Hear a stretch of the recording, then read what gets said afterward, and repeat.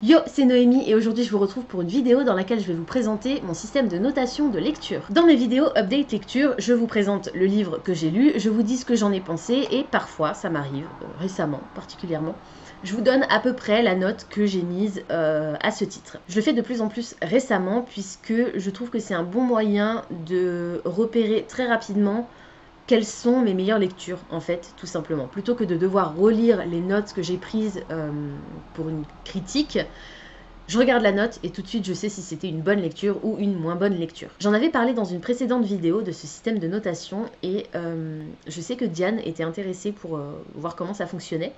Et je me suis dit que si Diane était intéressée pour savoir comment ça fonctionnait, bah peut-être que certains d'entre vous autres auraient envie également de savoir comment ça fonctionne. Me voici donc avec cette vidéo qui normalement ne devrait pas être trop longue. Je vous invite à prendre un crayon et une feuille si vous avez envie de prendre des notes sur ce que je vais dire parce que il n'y aura pas forcément de documents à l'appui en fait, j'ai pas forcément de visuel à vous montrer. Ça va être plus moi qui vais parler en fait, tout simplement. Je tiens d'abord à rendre à César ce qui appartient à César puisque mon système de notation est calqué, modifié mais calqué à la base sur le système de notation de G. Je vous mettrai sa chaîne en barre d'infos. Le système de notation des livres de G s'appelle Copile. Pourquoi ? Puisque ce sont en fait tout simplement les initiales des critères qu'elle note quand elle lit un livre.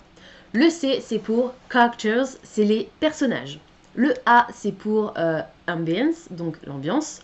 Le W, c'est pour writing style, donc le style de l'auteur. Le P, c'est pour plot, donc l'histoire en général. Le I, c'est pour intrigue, donc le côté mystère, le côté déclenchement, en gros. Le L, c'est pour logic, est-ce que tout est cohérent dans l'histoire? Et le E, c'est pour enjoyment, donc est-ce que j'ai aimé tout simplement lire ce livre? De mon côté, j'ai modifié quelques critères, j'en ai pris certains, j'en ai laissé d'autres de côté, et je me suis fait du coup mon propre système de notation, tout en calquant mes calculs sur le sien, puisque je trouve qu'il est extrêmement complet. Donc, je n'ai rien inventé, je vous partage ma version qui du coup sera en français pour ceux qui ne parlent pas anglais et qui du coup doit être un petit peu plus abordable probablement. G a 7 critères de notation. De mon côté, je n'en ai conservé que 6 et ce ne sont pas les mêmes. Le premier critère de notation, c'est les personnages. Effectivement, je trouve que c'est important. Qu'est-ce que j'entends par noter les personnages? Il faut que les personnages soient intéressants, soient construits, que je sois capable de repérer tout de suite qui est qui. Que les personnages secondaires soient suffisamment développés pour qu'on s'y intéresse et pas qu'ils soient là uniquement pour servir l'histoire à un moment donné. Je note donc les personnages, la profondeur des personnages, leur caractère, etc. Sachant que, attention parce que c'est là qu'il y a une petite, pas un piège, mais bon, quelque chose sur lequel il faut être vigilant. Ce n'est pas parce que je n'ai pas aimé un personnage que je vais mettre une mauvaise note à mon critère personnage. Parce que si j'ai vraiment détesté un personnage, ça veut dire qu'il est bien écrit. Ça veut dire que c'est un vrai crétin, chiant, qu'on a envie de lui casser les pieds, la tête aussi surtout. Mais du coup c'est écrit comme ça, le personnage, je l'ai détesté, mais en fait j'ai adoré le détester. Il est tellement bien écrit, même si c'est un abruti. Vous voyez ce que je veux dire? Donc, même si c'est un personnage que j'ai détesté, le côté personnage aura une bonne note. Et je ne note pas personnage par personnage, c'est une note globale pour les personnages. Je vous expliquerai après comment je mets les notes. Pour l'instant, je vous décris les critères. Deuxième critère, j'ai conservé comme G l'ambiance. Le côté, est-ce que ça me fait frissonner? Est-ce que j'ai l'impression d'être dans l'histoire? Est-ce qu'au niveau des paysages, je voyage? Est-ce que au moment où je suis censée avoir peur, est-ce que j'ai les frissons? Etc.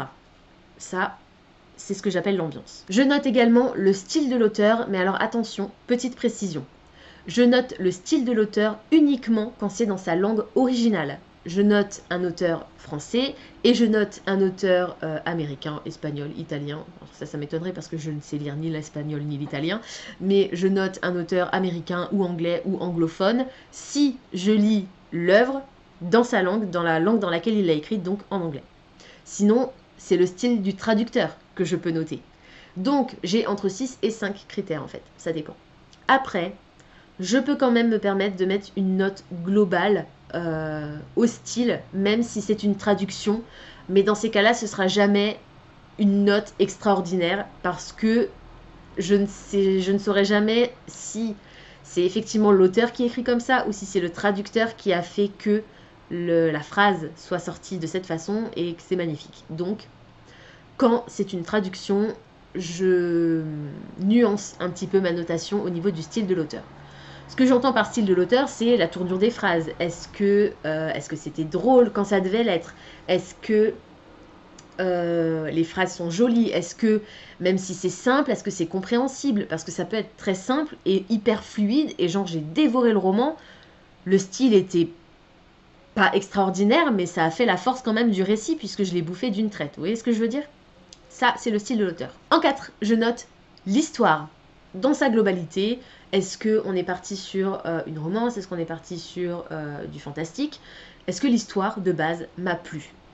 Je m'attarde pas sur comment ça se termine, je m'attarde pas sur les twists, je m'attarde sur rien d'autre que sur l'histoire. Est-ce que de base, l'histoire me paraît bonne? Ça, à la limite, je pourrais le noter presque à la lecture du résumé. Mais finalement, non, parce qu'il faut quand même que l'histoire se tienne la route, en fait.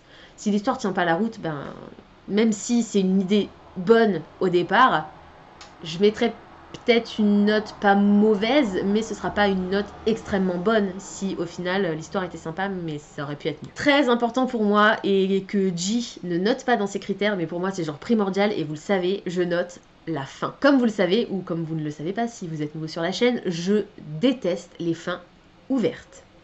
Je sais que beaucoup de lecteurs aiment ça, puisque ça leur permet de s'imaginer ce qu'ils veulent, tout simplement. Je suis d'accord, effectivement, ça nous permet, si on adore un personnage, ou d'essayer d'imaginer ce qui pourrait lui arriver par la suite. De mon côté, même si je suis entièrement d'accord avec ça, quand c'est extrêmement frustrant pour moi d'avoir une fin ouverte, je considère que c'est juste que l'auteur avait la flemme de terminer son livre. C'est un peu exagéré, hein, je vous l'accorde, voilà. Mais après, c'est l'occasion aussi d'en discuter avec l'auteur quand on le rencontre en salon. Donc ça peut parfois être une bonne chose. Je me souviens notamment de Quand la nuit devient jour de Sophie Jomain, où j'étais très énervée par cette fin ouverte, et où j'avais ma vision du coup de ce qui se passait après la dernière page du livre, et quand j'avais discuté avec l'autrice, nos visions n'étaient pas du tout les mêmes. Et ça m'a encore plus déçue. Mais bon, c'est pas grave, bref. Passons. Donc, je note la fin. Vous savez que c'est hyper important pour moi, la fin d'une histoire. Le livre pouvait être génial du début presque à la fin, à la presque fin, on va dire. J'ai notamment un exemple très récent en tête, dont je vous parlerai dans ma prochaine vidéo. Et cette fin peut m'avoir tellement déçue que l'histoire en a pris un coup, en fait. Voilà, tout simplement. Et l'histoire, pas seulement du dernier tome. Mais bon, on en reparlera plus tard. Et le dernier critère que je note, et que J note elle aussi, c'est le plaisir que j'ai pris à la lecture, tout simplement. Est-ce que quand je posais le bouquin, j'avais tout de suite envie d'y retourner? Est-ce que je me suis marrée? Est-ce que j'ai pleuré? Enfin, est-ce que c'était... Voilà. Est-ce que j'ai kiffé ma vie quand j'ai lu ce livre? Je note aussi ce critère qui est très très important. Parce que l'histoire peut être sympa, la fin était chouette, mais bon, si c'était... voilà. Vous voyez? Je peux très bien mettre un 10 à la fin parce que la fin était juste extraordinaire, mais en fait, sinon, à part la fin, voilà. Vous voyez ce que je veux dire? Donc, je note aussi le plaisir. Donc, je récapépète les critères. Les personnages, l'ambiance, le style de l'auteur, si ce n'est pas une traduction, l'histoire en général, la fin et le plaisir que j'ai pris en général dans ma lecture. Ces 6 critères, donc, pour les noter, je les note de 0 à 10. Entre 0 et 3, c'était nul. Très pauvre, vraiment, voilà. C'est les notes les plus basses. Entre 0 et 3, c'était vraiment... voilà. Entre 4 et 6, c'était moyen, pas très bon, mais bon, voilà. Vous kiffez ma face, hein. Franchement là, ça vaut le détour. Je crois que c'est la vidéo sur laquelle je fais le plus de grimaces. Bienvenue en 2020. Entre 7 et 9, c'était vraiment bon. Et 10, c'était génial. Donc, 0 et 3, pauvre, vraiment pauvre. Pas très, hein, voilà. Entre 4 et 6, moyen. Entre 7 et 9, vraiment bon. Et 10, génial. C'est clair pour tout le monde? Ok. On passe à la suite. Une fois que j'ai noté mes 6 critères, j'additionne le total des 6 critères et je divise par 6, évidemment, pour avoir une note sur 10. Cette note sur 10, pour livre addict, je la multiplie par 2 pour faire une note sur 20.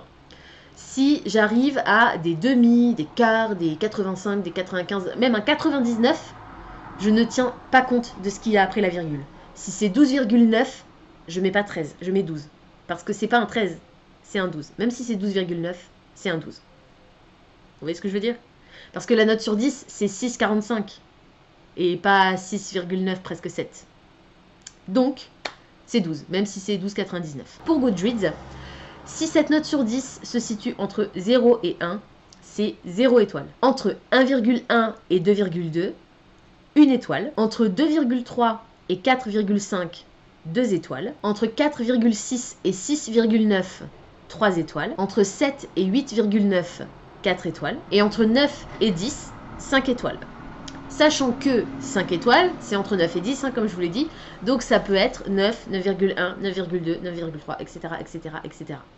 Pour moi, un coup de cœur, c'est 10. Si le livre n'a pas 10, c'est que c'est pas un coup de cœur. Ça peut être une super lecture formidable, génialissime, mais c'était pas un coup de cœur. Donc, sur Goodreads, il y a certains de mes livres qui ont 5 étoiles et qui pour autant ne sont pas des coups de cœur. Mais je reviendrai là-dessus au fur et à mesure dans mes updates lecture, tout simplement. Je vous dirai, voilà, j'ai mis 5 étoiles à ce livre. C'était pas un coup de cœur, mais il mérite quand même 5 étoiles. Je pense que ça va arriver très prochainement d'ailleurs. Voilà comment je note mes livres sur Livre Addict et sur Goodreads grâce au système de notation incroyable qu'a inventé G. Elle a également mis dans sa dernière vidéo dans laquelle elle explique son système de notation, d'ailleurs je vous linkerai cette vidéo en barre d'infos si ça vous intéresse, elle a créé un Google Doc, Google Sheets, dans lequel elle a rentré ses critères. Donc c'est un tableau avec les critères. Donc vous avez dans la première colonne, vous pouvez noter le mois, ensuite le titre du livre, l'auteur, vous pouvez noter quoi encore, le format dans lequel vous l'avez lu, si c'était un e-book, un audiobook ou un livre en papier. Si vous l'avez emprunté à quelqu'un ou si vous l'avez acheté à quelqu'un ou à la bibliothèque d'ailleurs, ou si vous l'avez acheté. Les notes, donc par critère, vous rentrez vos notes par critère. Le logiciel, le tableur calcule d'office la note correspondante et le nombre d'étoiles correspondant. Et vous pouvez aussi noter votre date de début de lecture, la date de fin de lecture, la date d'édition du roman. Et peut-être, le genre aussi, et peut-être encore une ou deux choses que j'aurais éventuellement oubliées là, comme ça maintenant. Et vous avez une feuille qui vous rappelle le système de notation, donc 0 à 3, ça veut dire bof. Enfin, 0 à 3 c'est pauvre, 4 à 6 c'est bof, voilà, etc. Et puis le nombre d'étoiles en fonction de la note. Et vous avez une troisième feuille avec les stats, et là vous avez carrément des graphiques qui détaillent exactement vos lectures sur toute l'année. Ce document est disponible dans le lien de la vidéo que je vous link moi-même en barre d'infos. Je ne vous mets pas le lien vers mon document puisque c'est celui de G à la base, et moi je l'ai simplement modifié pour faire en sorte qu'il corresponde à mes critères. C'est-à-dire qu'au niveau des, justement des critères, j'ai modifié les noms et dans la colonne totale, au lieu de diviser par 7, j'ai divisé par 6. Et du coup, voilà. Donc j'utilise aussi ce document, mais que j'ai réussi à remanier à ma sauce. Donc n'hésitez pas à faire de même si ça peut vous intéresser. Et n'hésitez pas également à aller jeter un coup d'œil sur ma page Livre Addict et ma page Goodreads pour voir à peu près les notes que j'ai données au dernier roman que j'ai lu. Puisque je vous l'ai dit, là, je me suis vraiment mise à noter assidûment mes lectures depuis le 1er janvier. Donc voilà. J'espère que ça pourra vous intéresser. Voilà, c'est tout pour aujourd'hui. J'espère que cette vidéo vous aura plu. Comme d'habitude, n'hésitez pas à me dire dans les commentaires si vous avez trouvé cette vidéo intéressante, tout simplement. Si vous avez un système particulier de notation, est-ce que vous notez tout simplement vos livres ou est-ce que vous vous contentez de les lire et de vous dire c'était bien ou c'était nul et puis vous le laissez de côté. Voilà, je suis curieuse de savoir comment vous procédez. Pensez à vous abonner à la chaîne, à liker et à partager cette vidéo, ça me fera toujours plaisir. Pensez également à activer la petite cloche des notifications qui vous permettra de savoir quand je poste du nouveau contenu. En attendant de vous retrouver, je vous souhaite d'excellentes lectures et je vous dis à très bientôt dans une prochaine vidéo. Ciao!